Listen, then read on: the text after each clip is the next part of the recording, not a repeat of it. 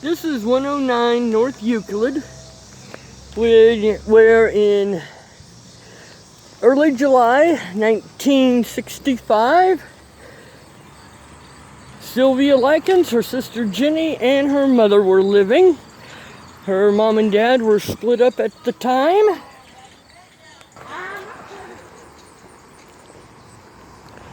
Pause there for a second to get past those people having their barbecue. So July 3rd, 1965, the girls wanted to go to the roller skate rink. Jenny would put a skate on her strong leg, or strong foot, because her other leg was in a brace from polio. And Sylvia would hold on to her weak side, and they would skate around the roller rink. Now, on July 3rd, instead of going to the roller rink, her mom wanted to go shopping at a little department store about a half mile up the road on 10th Street.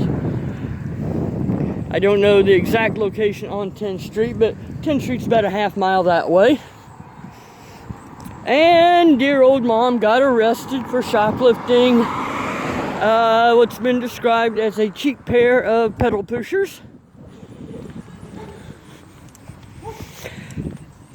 Apparently the girls were on their own for a couple of days. Apparently Dad didn't have a phone.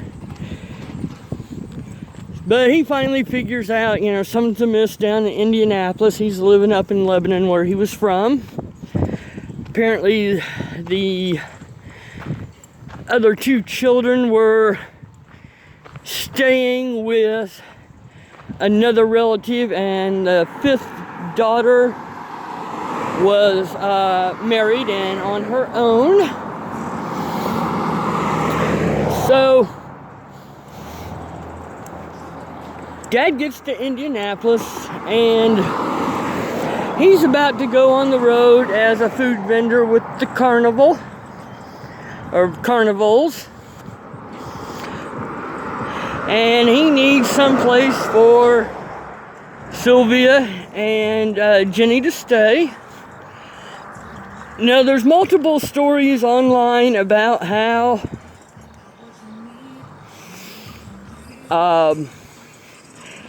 he chose Gertrude to be their temporary guardian.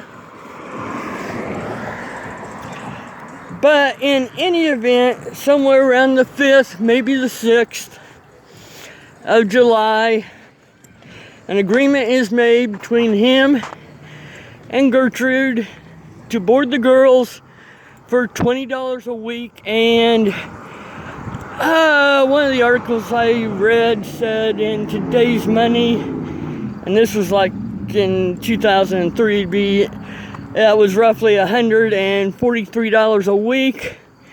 We'll call it $150 a week in today's money.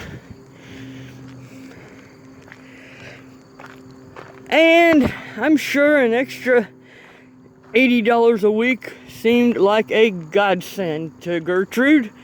Her rent was $55 a month. And the thing you gotta understand is these people were dirt poor. I mean, literally, they had nothing.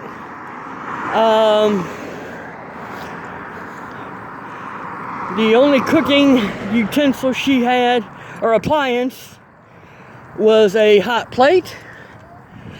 And they only had like 3 spoons in the house, and I think sometimes during the time Sylvia and Jenny were at the home, 2 of those spoons got lost.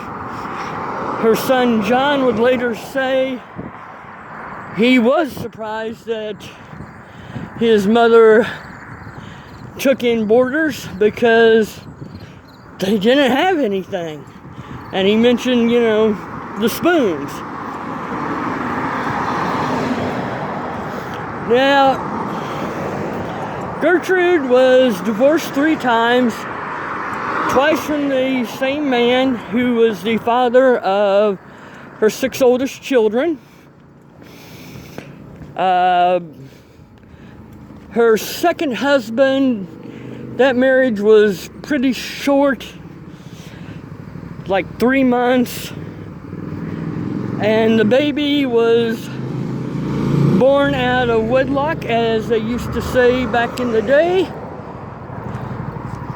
I would use the B word, but I don't want to get flagged. So Gertrude would actually call herself Mrs. Wright to give herself the air of respectability.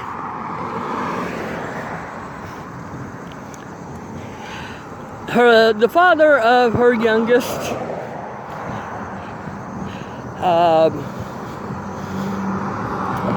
was actually below the voting age, which was 21 at the time. I think he was 20 or 21 when she had their baby. Apparently he was never ever seen again, although she said he was in the army in Germany. And apparently he was never found, so he probably lied to her about that.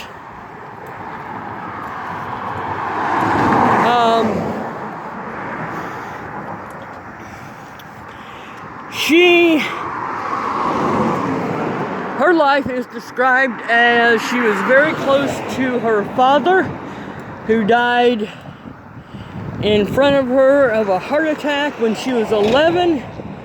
She married John Baniszewski at age 16. He was 18.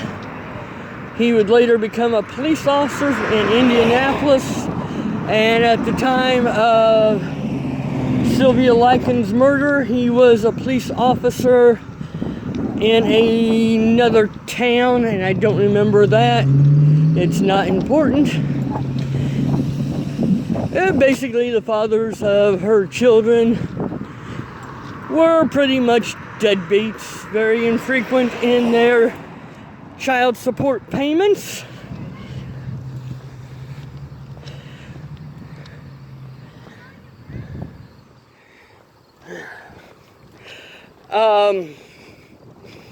So to earn money, she would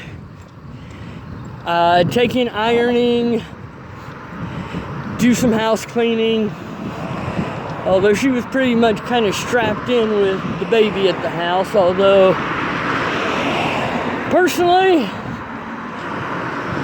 in my family, the older kids would have been taking care of that baby while mom went out and worked. But she was also a drug addict. I believe she was on phenobarbital I know she had back problems because she got some breaks during court because her back was hurting her. She was also asthmatic, very thin, 5'6", barely 100 pounds. Now, one thing that doesn't get mentioned, and as you can see, we are at the parking lot where Sylvia Likens died. Obviously, there was a house there back then, as we've discussed before.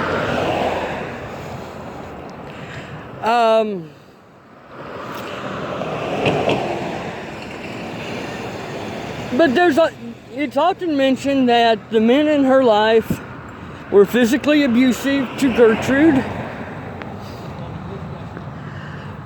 And I don't know if this was testified to in court. It probably was, because she put up an insanity defense. She had a nervous breakdown like 14 years earlier. So she had some issues, okay? But If you read the stories, you would think she had never abused anybody herself until Sylvia Likens came along. And I think that is a huge misnomer. I am convinced that she was abusive to her kids. Obviously not to the extent of what Sylvia Likens went through. And probably most of her abuse was seen as simply disciplining the children. But you can almost see it in her face, even in a photograph of her after she got out of prison. And she's a mean lady.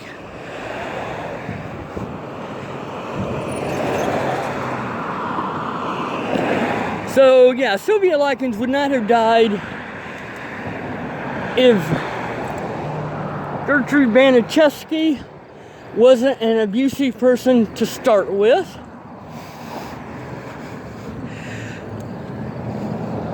Matter of fact, no, I don't want to include that in this video. Sorry about that. This house actually burned twice in about 3 weeks earlier this summer. Both arsons.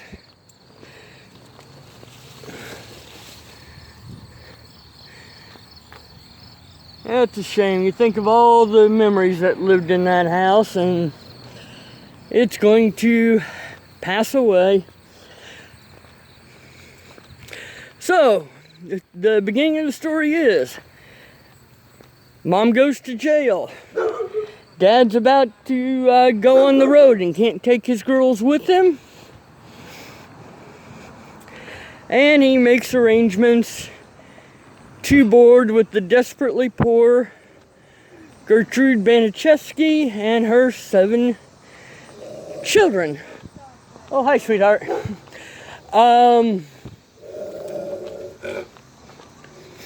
The arrangement was supposed to be for roughly 4 months.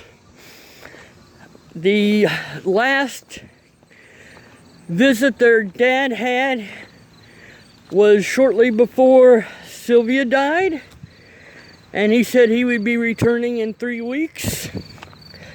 So, if circumstances had been just a little bit different, Sylvia Likens might never have died. If the carnival season had been a little bit shorter, she wouldn't have died. A whole lot of other things. And I think people would say this couldn't happen today. I 100% disagree. Kids die from child abuse and horrific child abuse all the time. Group psychology is a thing. So yeah, it could happen. And I'm rambling, so we're going to end this video right now. And in part 4, we will discuss the start of the abuse. Thank you very much. Oh, there was one more thing I wanted to say in here. Sorry about that, folks. But one of the Baniszewski children had said, and it was one of the younger ones. I don't think it was James, but it was one of the girls who was 10 or 11 years old, had said that if they hadn't participated, Mom would have